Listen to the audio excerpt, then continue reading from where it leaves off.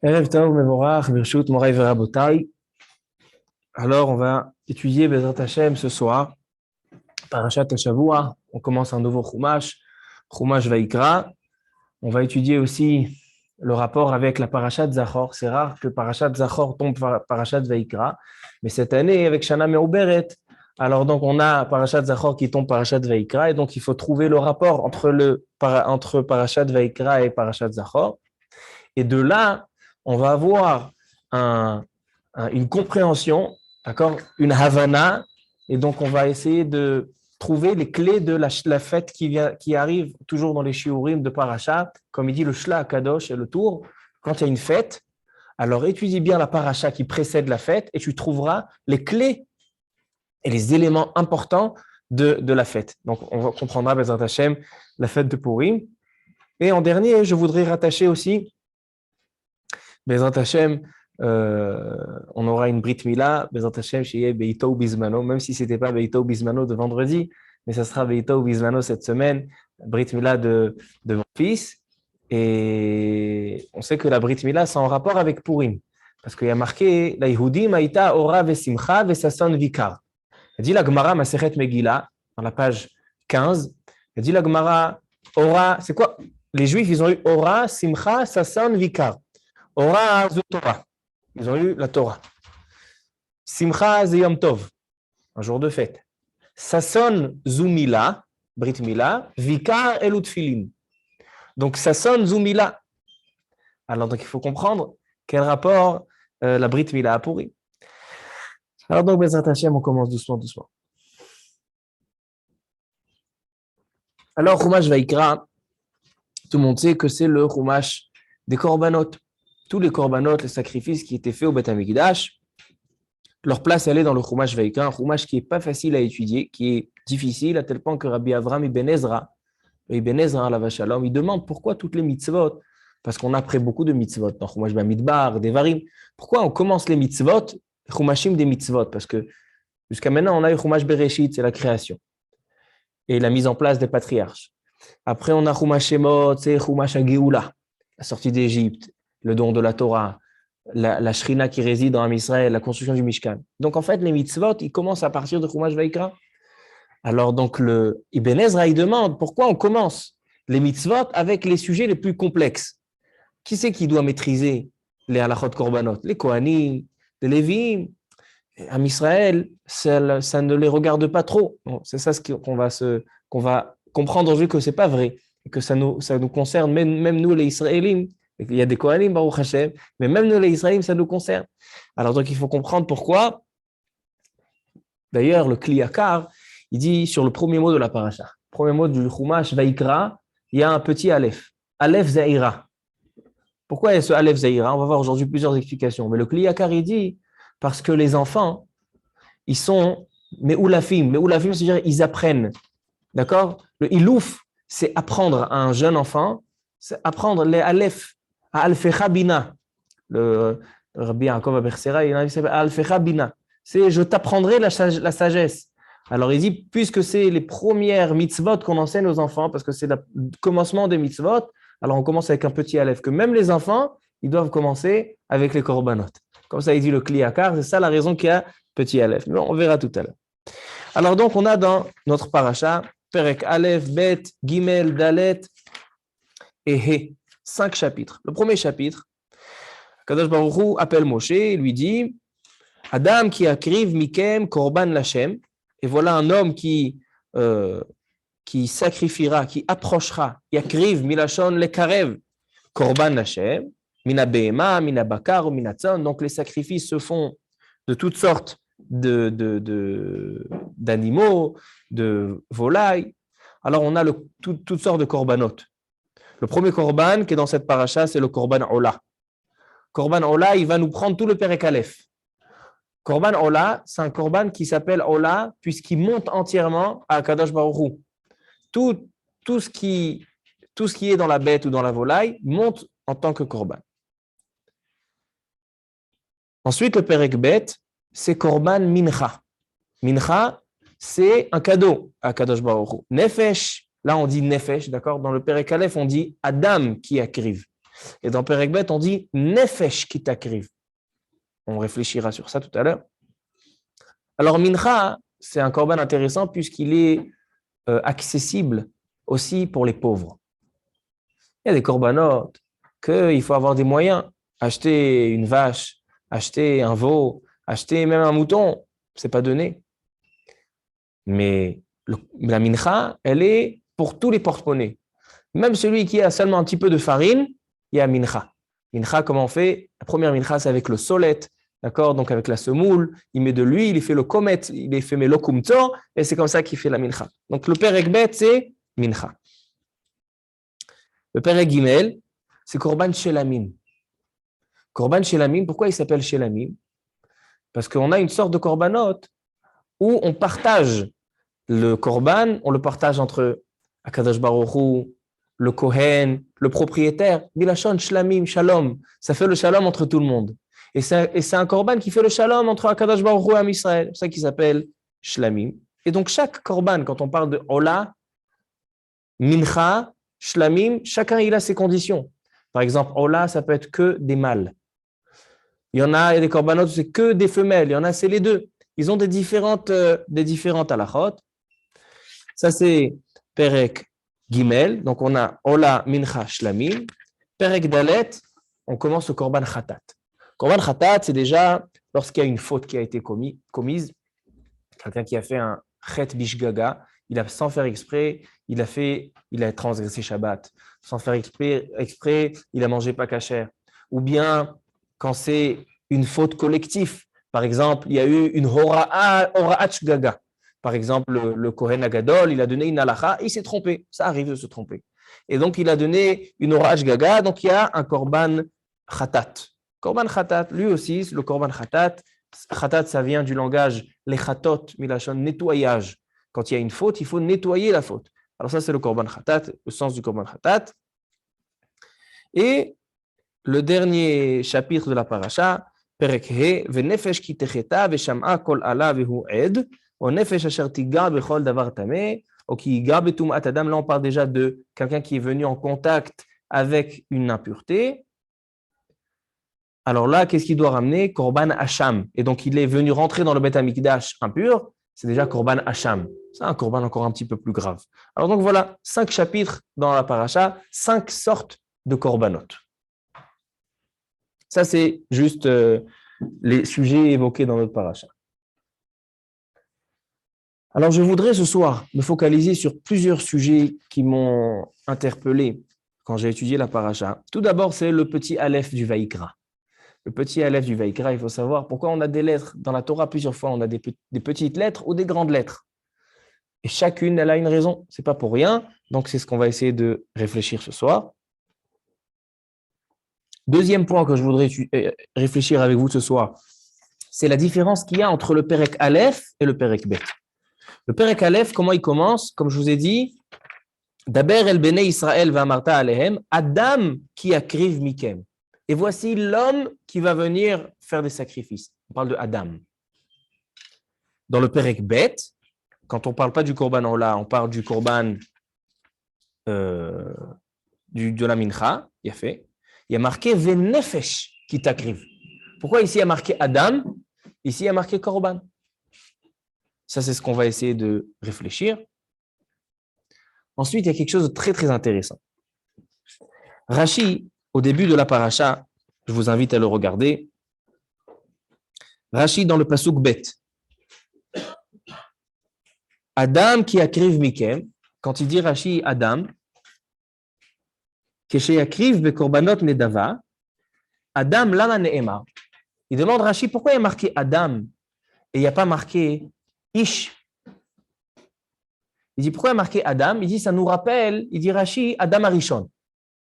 Ma Adam Arishon lo ekriv mina gezel she'akol haya shelo. De la même manière que Adam Arishon, quand il a fait un korban, un sacrifice, il ne l'a pas fait d'animaux volés, puisque Adam Arishon, il était seul, donc il n'y avait pas de vol, puisque tout lui appartenait. D'accord? L'homme donc le plus riche, a priori, c'était Adam Arishon. Tout le monde lui appartenait. Alors, af atem lo takrivu mina gezel. Donc, le premier halakha, Baruch haba. Donc la première halakha, il dit Rashi, du mot Adam. Pourquoi il y a marqué Adam, il n'y a pas marqué Ish? Il dit pour te dire que comme Adam Arishon, ça va te rappeler Adam Arishon, comme Adam Arishon, il n'a pas ramené des korbanot du Gezel, ainsi, on n'a pas le droit de ramener des korbanot du Gezel. Et quand j'ai vu cette halakha, ça m'a étonné. La première halakha que tu veux nous enseigner, c'est l'halakha de Gezel ou pas Gezel, est-ce qu'on peut ramener? On ouvre le Chumash Vaikra, premier pasouk, première halakha, il te dit, Rashi, sache pourquoi il y a marqué Adam, parce que les sacrifices au Beth Amikdash, tu n'as pas le droit de le ramener de quelque chose qui a été volé. Mais ça ne s'arrête pas là. Dans la suite de la paracha, on retrouve encore cette notion de voler, mais encore d'une manière plus originale.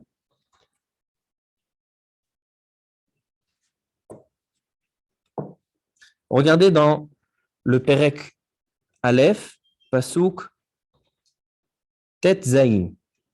Perek Aleph, Pasuk Tet Zayin dans Rashi. On va lire le Pasuk.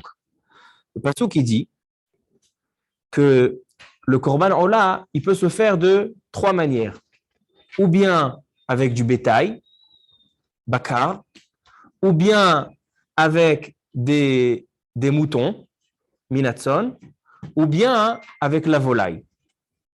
Il dit le Pasuk Tetzaïn, que si jamais tu ramènes avec la volaille, vehesir et murato benotzata. Le Kohen, quand il doit faire le Korban Ola, il doit enlever et murato benotzata. C'est quoi murato?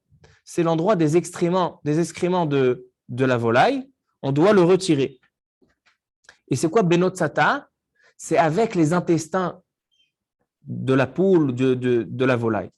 C'est-à-dire que quand on fait un korban ola avec de la volaille, il faut enlever les endroits des excréments et les entrailles, les me'aim. Il dit Rashi pourquoi?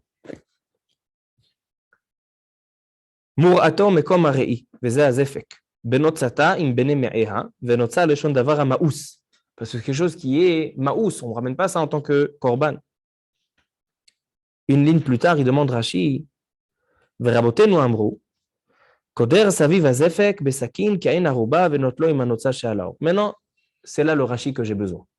Rashi demande qu'il y a une différence entre Ola, quand c'est ramené des animaux, et quand c'est ramené de la volaille. Quand c'est ramené de la volaille, on te demande d'enlever tous les endroits qui sont maous. Mais Be'olat Behema, She'ena Ochelet, il dit pourquoi dans Olat Behema, il y a marqué Vekirbo Uchra'av Irchatz Bamaim. Là-bas, il y a marqué que les intestins des Behemoth, ça, on ramène en tant que korban. Juste tu rinces, il dit le pasouk, et donc tu ramènes les intestins. Il demande Rashi, quelle est la différence entre Ola de Behema et korban Ola de volaille? Il répond, il dit Be'olat Behema, she'ena ochelet ela be'evuz be'aleha. La Behema, elle ne mange pas n'importe où. La Behema, donc la vache, le mouton, il mange seulement c'est avec son berger, donc chez son maître. Alors, puisqu'elle ne mange pas de quelque chose qui est volé, alors donc il suffit juste de nettoyer et tu peux ramener les intestins des animaux. Aval ba'of, mais la volaille, ça vole d'un endroit à un autre. Nizon mina gezel. Nizon mina gezel. Le poulet, la colombe, elle mange des choses qui sont volées, c'est pas elle. Alors ne'emar ve'ishlich. Ve'etame'aim she'achlu mina gezel. C'est-à-dire qu'en fait, ici, on ne parle pas seulement de quelque chose qui est maous ou pas maous. Si c'est maous, il suffit de rincer. La raison pour laquelle on ne ramène pas les intestins du poulet, tu sais pourquoi? C'est parce que ces intestins-là, ils ont mangé quelque chose de gezel. Mais on ne comprend pas. Ma shayar gezel. Elle a fait une avéra, la colombe. Tu dis quoi la kavod au mouton que lui, il mange chez son maître? C'est normal. Son maître, il a acheté comme il faut cher, il a un grand endroit pour le mettre. Donc, il lui donne à manger, mais la colombe, biskenama, maïa shema. Non, la colombe, puisqu'elle mange mina gezel, tu ne ramènes pas les intestins. Mais lui, tu ramènes. Donc, en fait, on voit que dans le Perek Aleph, on se focalise sur le gezel.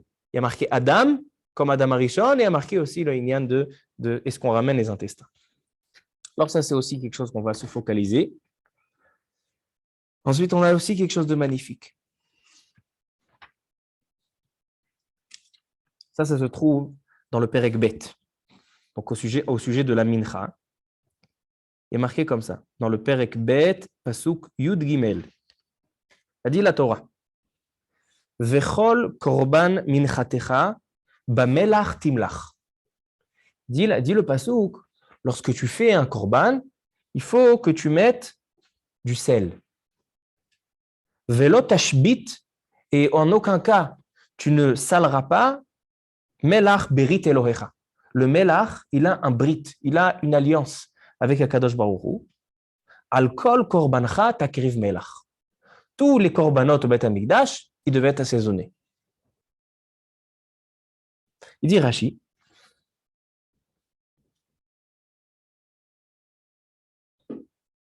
Donc c'est sur le pasuk Yud Gimel, donc le dernier Rashi dans la page.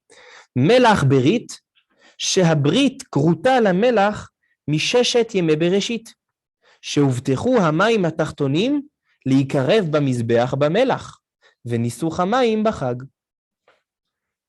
Donc Rashi, encore une fois, il nous rattache à la création du monde. Alors, quand Akadosh Baruch Hu, il a créé le monde, il y a marqué Vayavdel Elokim. Akadosh Baruch Hu, il a séparé les eaux supérieures aux eaux inférieures. Maintenant, les eaux inférieures, ils ont eu une plainte. Ils étaient déçus. Ils ont dit, mais maintenant, jusqu'à maintenant, on était proche d'Akadosh Baruch Hu. Maintenant, Akadosh Baruch Hu, il nous sépare, il nous éloigne de lui. Il leur dit, Akadosh Baruch Hu, j'ai un brit avec vous. J'ai une alliance. De quoi?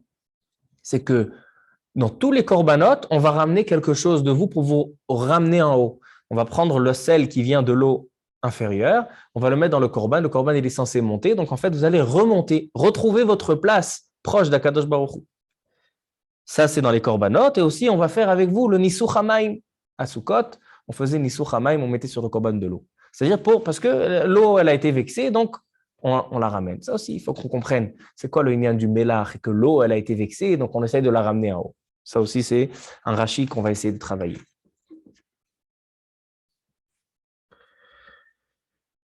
Voici les 3 réflexions sur notre paracha.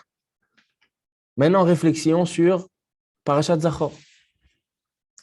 On va lire Bessiyata Dishmaya ce Shabbat, Zachor, Shabbat qui précède la fête de Purim. Zachor et asher asa lecha Amalek, baderech betzetechem et Mitzrayim.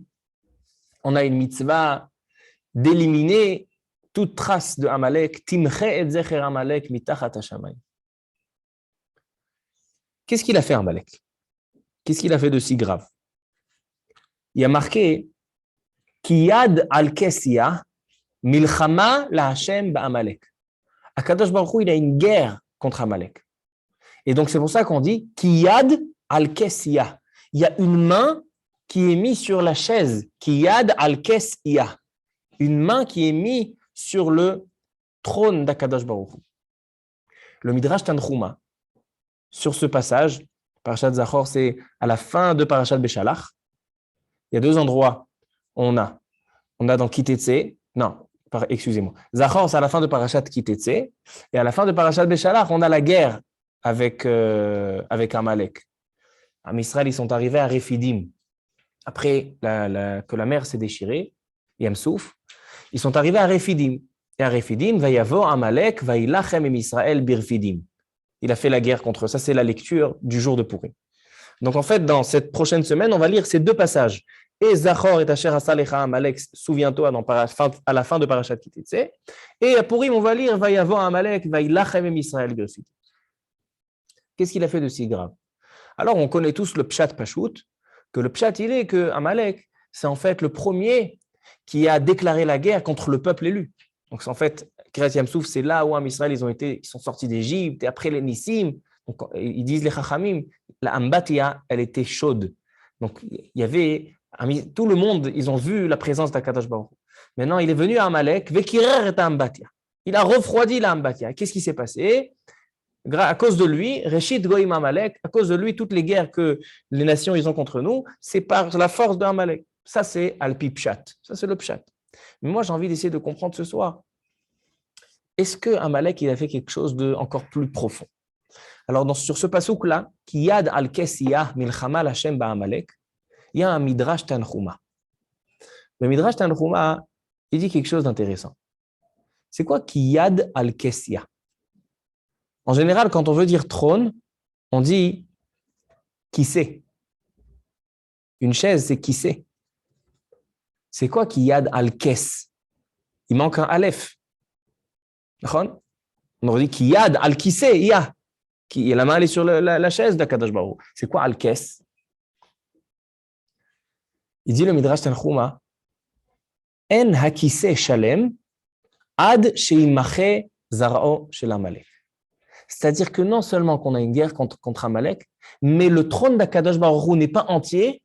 C'est pour ça qu'on lui a retiré un aleph. On aurait dû le marquer qui c'est. Or, on l'a marqué kes. Parce que tant qu'il y a Amalek qui existe dans ce monde, le trône d'Akadosh Baruch Hu, il est chasser. Il manque. C'est pour ça qu'il manque un aleph.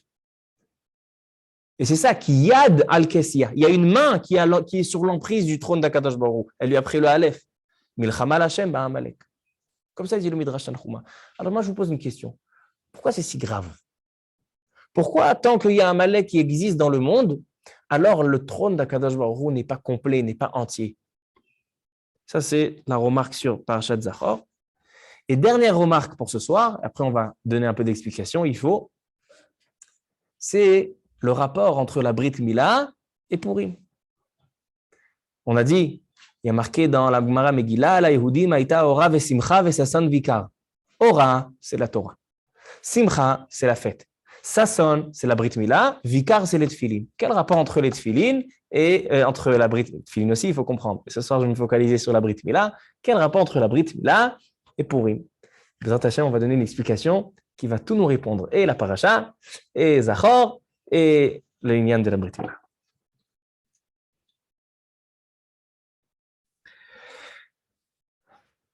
Alors, on va commencer par le petit Aleph du Vaïkra, et de là, on va donner toutes les explications.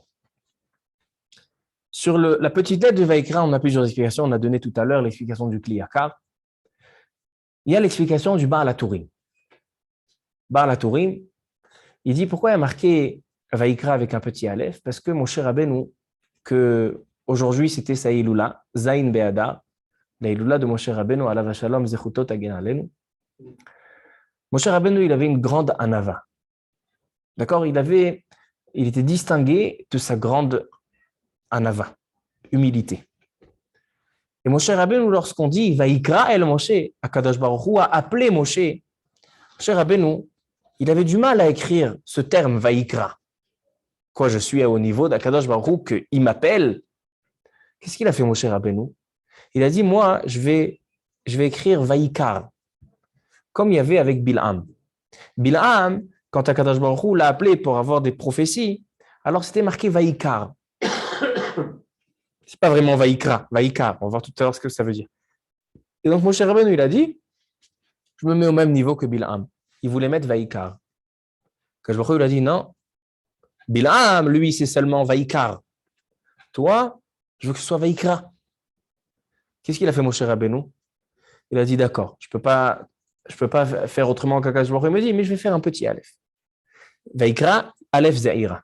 Donc, en fait, en gros, il y a marqué Vaïkar, il y a le petit Aleph Vaïkra. Comme ça, il dit le Baal HaTurim. Donc, en fait, le Baal HaTurim, la réponse, elle est que Moshe Rabbeinu, c'est l'humilité de Moshe Rabbeinu, que Moshe Rabbeinu, il a écrit ce Aleph en petit. Mais Rashi, donc on a donné deux explications. Rashi nous donne une autre explication, et c'est ça ce qu'on va travailler. Regardez le Rashi sur Vaïkra.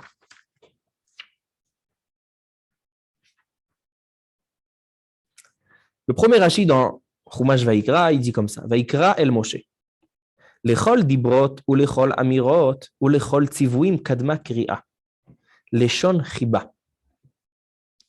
Il dit quand Akadosh Baruch Hu, il appelle quelqu'un et il dit Vaïkra, il l'appelle, c'est la shon chiba. Ça veut dire que c'est une affection. Et c'est le lashon chez Malaché Asharet Mishtamshimbo. Les anges, ils se servent d'appeler les uns les autres en tant qu'affection. Comme il y a marqué, Vekara ze elze ve'amar. Les anges, ils s'appellent les uns aux autres. Aval le nevi'e umot ha'olam nigla alehem belashon aray vetum'a. Mais quand il s'agit des prophètes de umot ha'olam, c'est seulement belashon aray, donc ça veut dire que c'est momentané, c'est quelque chose qui n'est pas fixe, quelque chose qui est vraiment occasionnel, vetum'a. Et c'est vraiment une rencontre de Toum'a. Chez Nehemar, Vaikar Elohim El Bilam. Donc en fait, Rashi nous donne une autre réflexion. Il nous dit quelle est la différence entre Vaikar de Bilam et Vaikra de Moshe? C'est que Moshe, c'était avec affection. Et pourquoi il dit qu'avec Bilam, c'était avec Toum'a? Il dit parce que il y a marqué Mikre Laila, Milashon Baal Keri. Mikre Laila, c'est une Toum'a qui vient soudainement. Donc en fait, pour dire que quand Akadosh Baruch Hu s'est dévoilé à Bilam, c'était quelque chose de soudain, quelque chose de haraï. De là, je déduis qu'avec Moshe, c'est pas seulement une affection. Mais quel est l'inverse de... Si on veut dire que Moshe, c'est l'inverse de Bilam. Si Bilam, c'était momentané, c'est quelque chose de pas fixe. Donc en fait, l'appel à Moshe Rabbeinu, c'était vraiment une kriya shel chibour, avec attachement. Quand il a appelé Moshe, il l'appelle vers lui. C'est pas seulement, il lui dit, hé, il lui dit, comme avec Bilam, c'était de loin. Il est en face, sur l'autre trottoir, il fait, hé, Bilam, viens, je te fais une névoie. Avec Moshe, non, traverse, viens, approche-toi. Vaikra, si on veut dire que c'est l'inverse de Bilam, c'est qu'il y a un chibour. Et d'où j'apprends ça?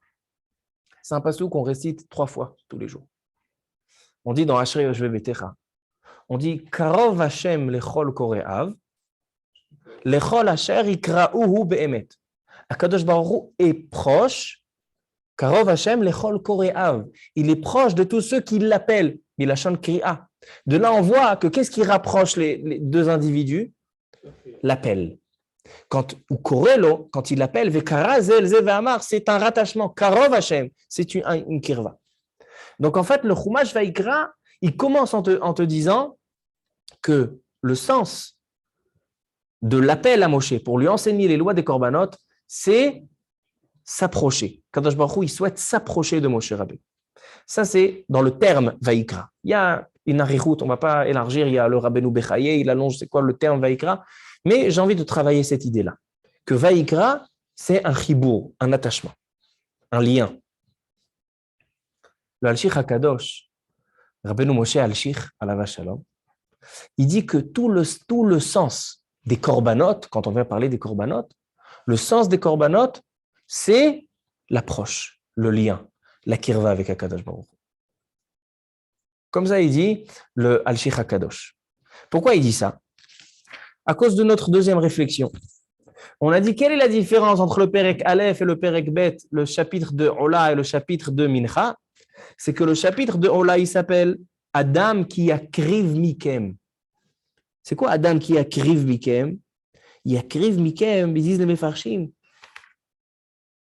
Il dit c'est Yakriv mikem, il donne de lui-même.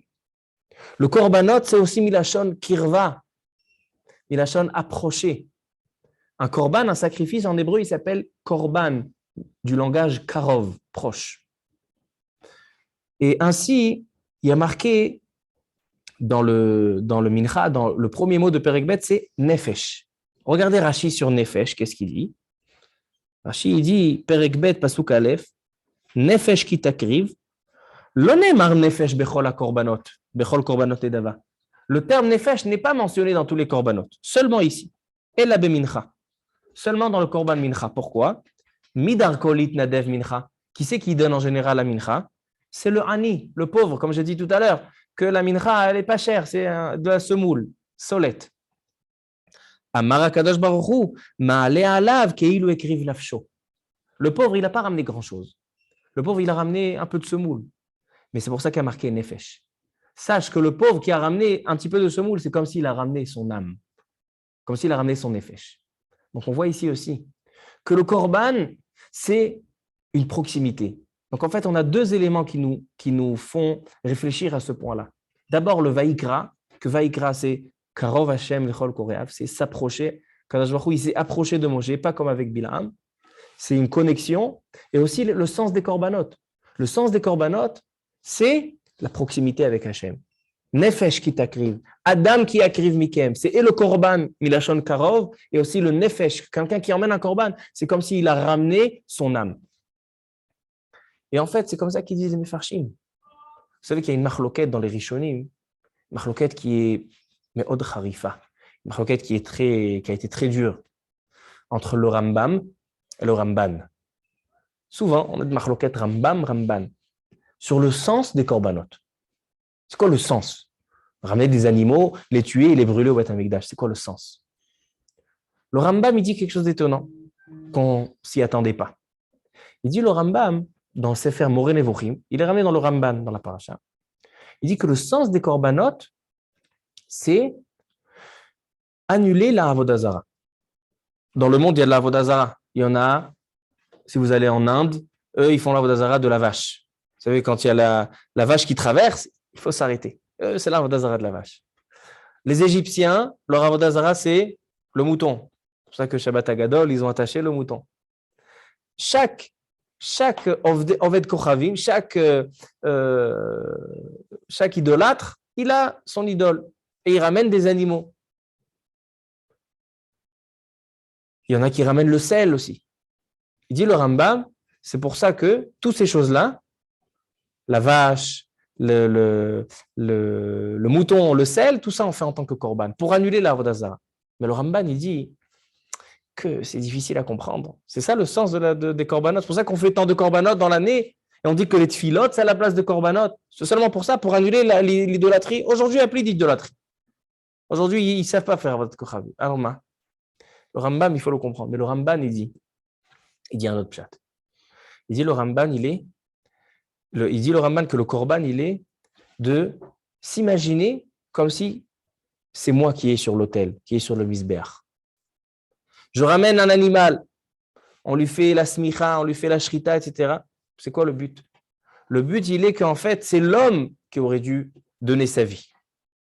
Mais Kadosh Baruch Hu, il dit, regarde, si tu t'engages de faire tchouva et tu t'engages de réparer tes actions, alors je suis prêt à accepter. Alors c'est pour ça que le korban, on le ramène pour que l'homme s'identifie avec l'animal. Non seulement ça, c'est qu'ils disent des chachamim, lorsqu'un homme il faute, dit la Gemara dans ma Masechet Sota, en adam choté, il n'y a pas de faute, el imken nichnesa bo ruach shtut. S'il a un vent de folie, ruach shtut, et il dit le Al-Shich HaKadosh, en fait, c'est quelqu'un qui est ruach shtut, qui est choté, qui n'a pas de date.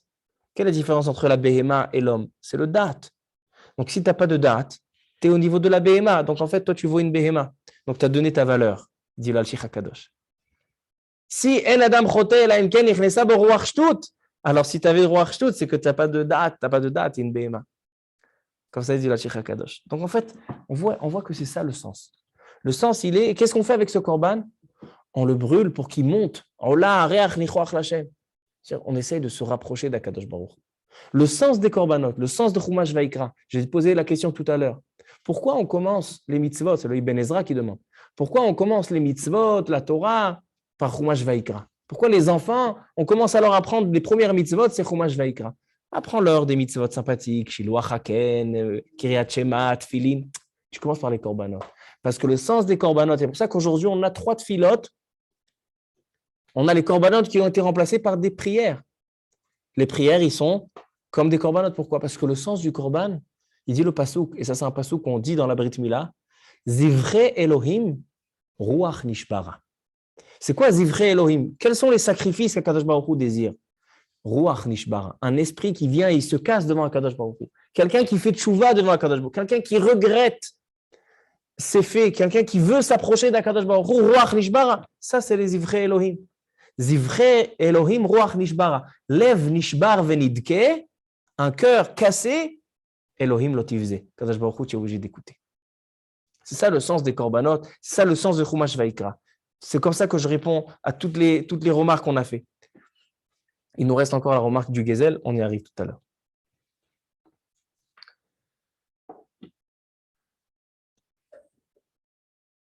Donc, c'est ça déjà le Yesod. Le Yesod, il est la proximité avec Hachem. Amalek, ce qu'il a fait, c'est séparer le peuple juif, Am Israël, de Am Israël, de Akadosh Baruch.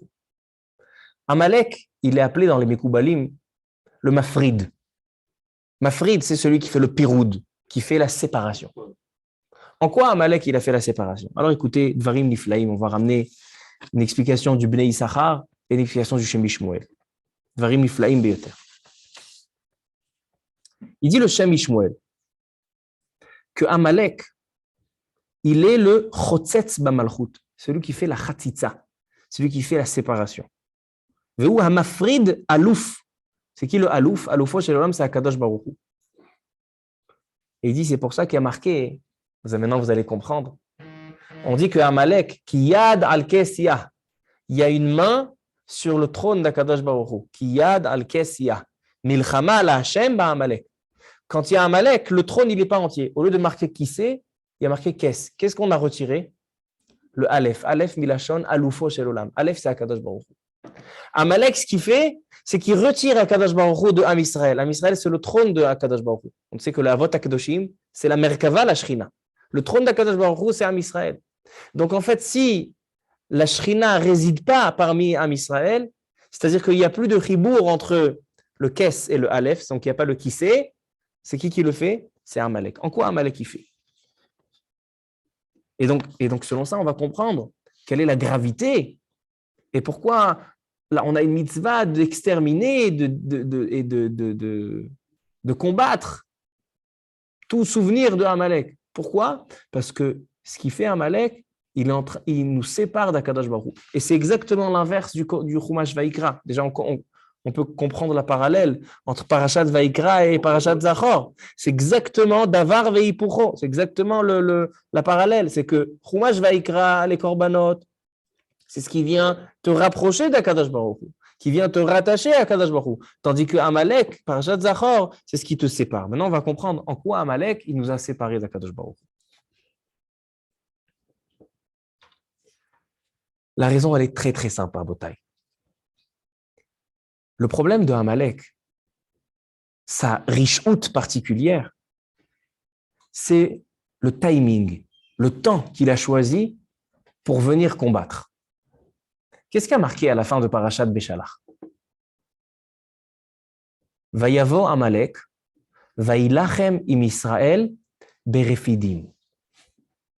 Il a choisi quand Am Israël ils étaient à Refidim pour faire la guerre. Pourquoi l'endroit où ils se sont arrêtés après Yam Souf s'appelait Refidim? Qu'est-ce qu'ils disent là-bas les Chazal? C'est ramené dans Rashi. Il dit Milachon, Sherafu Yedehem. Refidim, ça vient du langage Rafu Yedehem à Torah. Ils ont un peu lâché la Torah. En fait, Amalek, il a choisi le moment où Am Israël, ils se sont détachés un petit peu de Akadosh Baruch Hu parce qu'ils ont un peu lâché l'étude de la Torah. Comment on se rattache avec Akadosh Baruch Hu? Par sa Torah. Il a choisi le moment, il a dit à Amalek, je sais que je ne pourrai pas combattre Am Israël, mais j'ai un moyen. Mon moyen de combattre Am Israël, c'est lorsqu'ils vont un petit peu se séparer. Donc en fait, Amalek, il profite de l'état où Am Israël, ils se sont un petit peu rafouillés des Hem et la Torah, ils se sont un petit peu séparés de la Torah, et c'est là qu'il dit, maintenant je peux agir. Et c'est pour ça, Rabotai, que l'histoire de Amalek et Am Israël, c'est une histoire qui est inscrite depuis Yaakov et Esav. Parce que d'où Amalek il descend? De Esav. Amalek il descend de Esav. Maintenant, Yaakov et Esav, qu'est-ce qu'il y a marqué là-bas? Il y a marqué que quand Yitzhak et Rachel, ils ont fait les brachot à Yaakov et Esav, qu'est-ce qu'il a fait Yitzhak comme bracha à ses enfants, ses fils jumeaux, Yaakov et Esav? Qu'est-ce qu'il leur a dit? Il a dit Vehaya ka'asher tarid ou farakta ulo. Il dit à Esav, sache que Yaakov, il a la voix de la Torah. Il a la voix de la Torah, donc il est rattaché à Kadosh Baruch Hu. Tu peux rien contre lui lorsqu'il est avec la Torah. Mais sache, il dit à Esav, dès que Yaakov baisse un petit peu les mains de la Torah, dès que Yaakov perd un petit peu la connexion avec la Torah, ou farakta ulo, c'est toi qui prendras le dessus. C'est-à-dire que le conflit entre Yaakov et Esav, depuis la nuit des temps, depuis l'histoire de Am Israël jusqu'à la Géoula, c'est quoi la Géoula? C'est lorsqu'on gagnera Esav. D'où je sais, c'est ce qu'on dit dans Azachir Moshe. La névoie, elle est Ve'alu Moshi'im lishpot et har Esav. Le Mashiach, qu'est-ce qu'il viendra faire? Combattre Esav, c'est Amalek. Donc en fait, qu'est-ce qu'il dit Yitzhak à ses enfants, Yaakov et Esav? Il dit, si Yaakov, toi tu es attaché à Kadosh Baruch Hu, on ne peut rien contre toi. Mais si Ataktsat Rafou Yadehem, un petit peu, tu baisses les bras de la Torah, c'est Esav qui prend le dessus. Et c'est pour ça que plus tard, d'accord, quelques générations plus tard, qu'est-ce qu'il est venu à Amalek? Il a vu, Am Israël, ils sont arrivés à Refidim, Rafou Yadehem à Torah. Alors là, j'ai la promesse de Yitzhak, la bracha de Yitzhak à Esav, je peux combattre. C'est pour ça que, qu'est-ce qu'il dit? En akise shalem. On ne peut pas avoir de rapport d'être uni avec Akadosh Baruch Hu. On ne peut pas avoir le trône d'Akadosh Baruch Hu complet s'il y a Amalek. Qu'est-ce que ça veut dire s'il y a Amalek? S'il y a la séparation entre nous et Akadosh Baruch Hu, entre nous et la Torah, entre nous et les prières. Parce que qu'est-ce qu'aujourd'hui qui remplace le Beth Amikdash? Comment on peut se connecter et se rattacher à Akadosh Baruch Hu? On a deux choses. La Tfila, que la Tfila, elle est Keneged HaKorbanot, et la Torah qui est se rattacher avec Akadosh Baruch Hu. Si on n'a pas ces deux choses-là, la Torah et la Tfila, alors là, c'est Amalek qui prend le dessus. Maintenant, on comprend pourquoi l'histoire de Amalek, on doit s'en rappeler tous les ans. Zachor et asher asa alecha Amalek vaizanev becha kol hanecheshalim acharecha. C'est quoi les necheshalim? Necheshalim, c'est les gens qui délaissent un petit peu la Torah, qui ne sont pas attachés à Kadosh Baruch Hu. C'est là qui vient Amalek.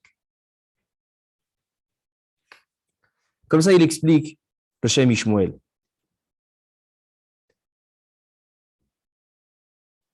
Donc, en fait, on comprend bien maintenant la parallèle entre Vaïkra et Zachor. Je vais donner encore un pirouge du Bnei Issachar. Le Bnei Issachar, il a dans les Ma'amarim sur Chodesh Adar, il a le 7e Ma'amar, Ma'amar Zayin, c'est des petites drachotes sur la Megillat Esther. Et il dit quelque chose de nifla bioter. Il est marqué dans le Passouk, dans Esther, Perek Zayin. Comment Aman, c'était quand le début de la Néphila, comment on dit la Néphila?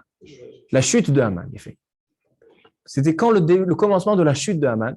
C'est quand il est tombé, il a fait une chute sur le lit de Esther. Esther, elle avait invité Achashverosh et Haman faire un michté, et Haman, il est tombé sur le lit d'Esther, sans faire exprès. Et de là, il a dit à Achashverosh, quoi, Agam lichbosh et Amalka, tu veux t'emparer de la reine, etc. Et de là a commencé la chute de Haman jusqu'à qu'on a eu pourri. Donc en fait, le commencement de la chute de Haman, c'était quand il était nofel à la mita. Vehaman nofel à la mita. Il dit le Bnei Issachar, dans tout le Tanakh, il y a 2 fois où on trouve le mot hamita. Ici, dans Megillat Esther, et chez Yaakov Avinu. Il est marqué que Yaakov Avinu, quand il allait dans Parashat Vayechi, quand il est à la fin de ses jours, il a marqué qu'il voulait faire les brachot à ses enfants. Et qu'est-ce qu'il a marqué? Vaïtrazek Israël, Yaakov, Vayeshev al Hamita. Il a marqué encore une fois le mot Hamita. Il dit, le Bnei Issachar, ce n'est pas pour rien qu'il y a le même terme. Ici, Hamita dans Haman et Hamita dans Yaakov. Écoutez, Pirouche Nifla. Il dit comme ça. Il dit, tout le monde connaît le Midrash Tanchuma qui dit qu'il y a dans le Kessia, que Amalek, tant qu'il existe Amalek, donc tant qu'il existe un manque de rattachement pour la Torah et la Tfila, donc le trône, il n'est pas entier, il n'y a pas de kissé, on enlève le Aleph, Akadosh Baruch Hu, il n'est pas avec le Kes. Il dit, Haman, c'est le descendant de Amalek. Maintenant, écoutez, Davar Yafé Meod. C'est quoi la Gemataria de Kes-Ia? Kes, c'est 20, 60, 80. Yud-He, 95. Kessia, c'est 95. Et c'est quoi la Gematria de Haman? 95. C'est-à-dire que Haman, il est le Zera Amalek. Et tant qu'il y a Amalek, qu'est-ce qu'on lit dans Parashat Zachor? Qu'est-ce qu'il dit Midrash Tanchuma? Que tant qu'il y a Amalek, En Akise Shalem, il y a le Kessia. Il est emparé par le Kessia. Et écoutez bien encore une fois.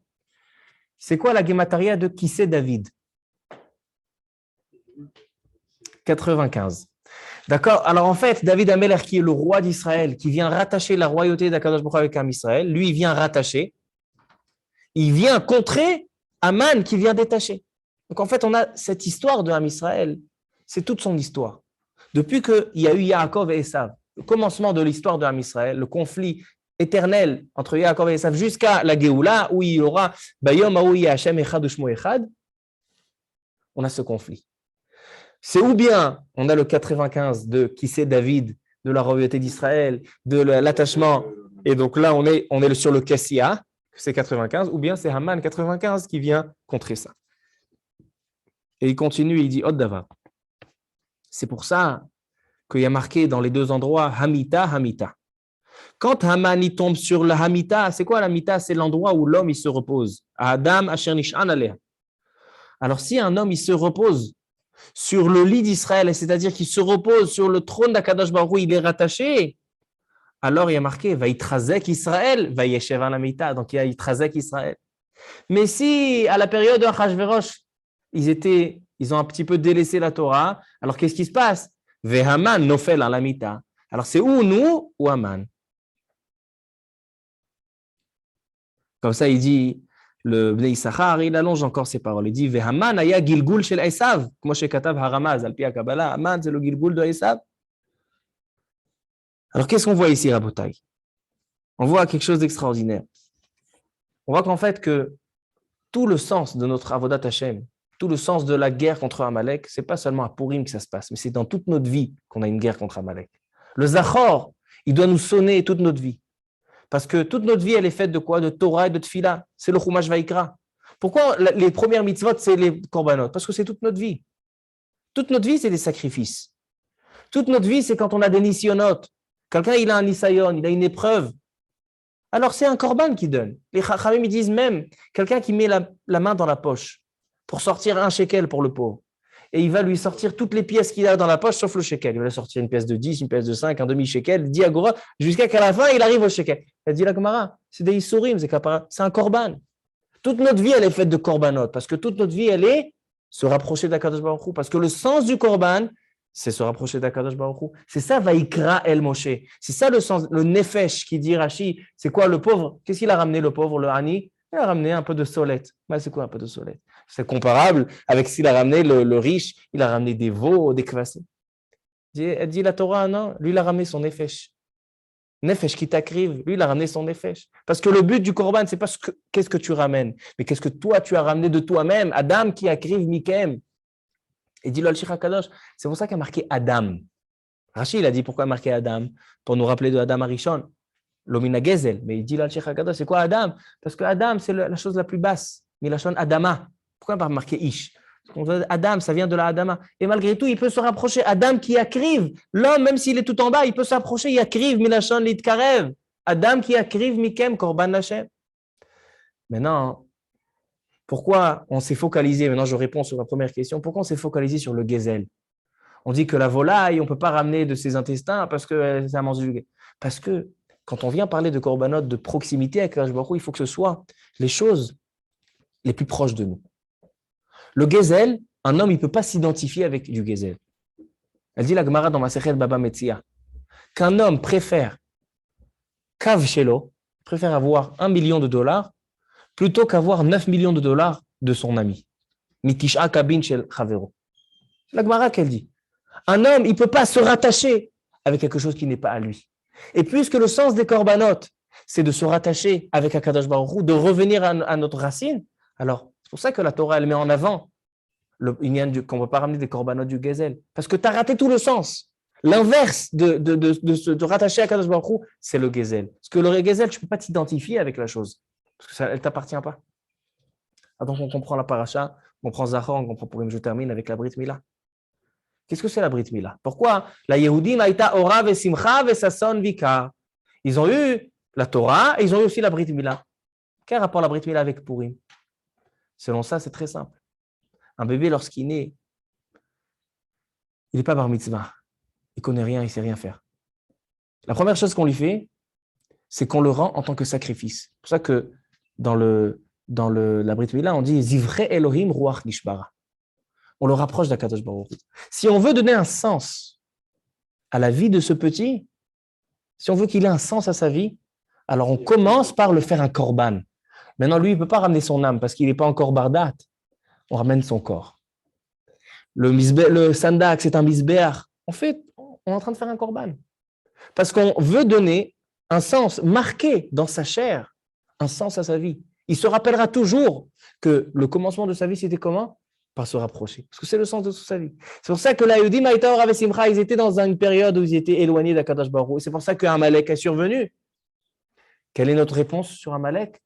si on se rattache à Kadosh Baruch Hu. On fait des corbanotes. C'est quoi le korbanot? On se rapproche d'Akadosh Baruch Hu. C'est pour ça que l'histoire de Purim, elle était juste avant le Beth Amikdash Hasheni. On ne pouvait pas avoir le Beth Amikdash Hasheni s'il n'y avait pas la guerre et la victoire contre Amalek. C'est pour ça qu'à chaque fois qu'ils ont construit un Beth Amikdash, on a 3 Beth Amikdash, 2 qui ont été construits, un qui va être construit bientôt. Alors les 3 Beth Amikdash, on a besoin d'abord la guerre avec Amalek. Yehoshua bin Nun, quand il est rentré en Eretz Israël, d'abord il a fait la guerre avec Amalek. Pourquoi? Parce que je ne peux pas construire un Mishkan, un Beth Amikdash, qui est la connexion avec Akadosh Baruch Hu si j'ai Amalek qui me sépare. En akise shalem. Le deuxième Beth Amikdash, c'est l'histoire de Mordechai et Esther. Mordechai et Esther, c'est vaincre Amalek et pouvoir construire le deuxième Beth Amikdash. Et le troisième Beth Amikdash, ce sera le Mashiach ben Yosef. Qui va combattre? Il va combattre Amalek, comme il est écrit dans Aziyashir Moshe. À la fin, on dit quoi? Ve'alu Mosheim behar Hashem lishpot etar Esav. Esav, qui est la shoresh d'Amalek, qui vient nous séparer, c'est lui. Donc en fait, et c'est ça, elle dit la Gemara dans Masechet Sanhedrin, avec ça je termine. Elle dit la Gemara, Tanu Rabbanan, Masechet Sanhedrin dans la page 20. Elle dit la Gemara, Tanu Rabbanan, Shalosh mitzvot nitztavu Israël beknisatam la'aretz. Lorsque un Israël il est en Eretz Israël, il a 3 mitzvot à faire. Les manot lahem melech, nommer un roi. Les hilachem be'amalek, velivnot lahem bet abechira, et construire bet amigdash. On a ces 3 choses. Le roi, il vient rapprocher les Juifs entre eux et se rapprocher à Kadosh Baruch Hu. Si on est proche d'Akadosh Baruch Hu, on combat Amalek. Et si Akadosh Baruch Hu réside parce qu'il a appelé Amalek, alors on peut construire Bet Amikdash. On a compris le sens de Purim, je pense. Baruchim tiyu, Baruch Adonai le'olam. Amen ve amen.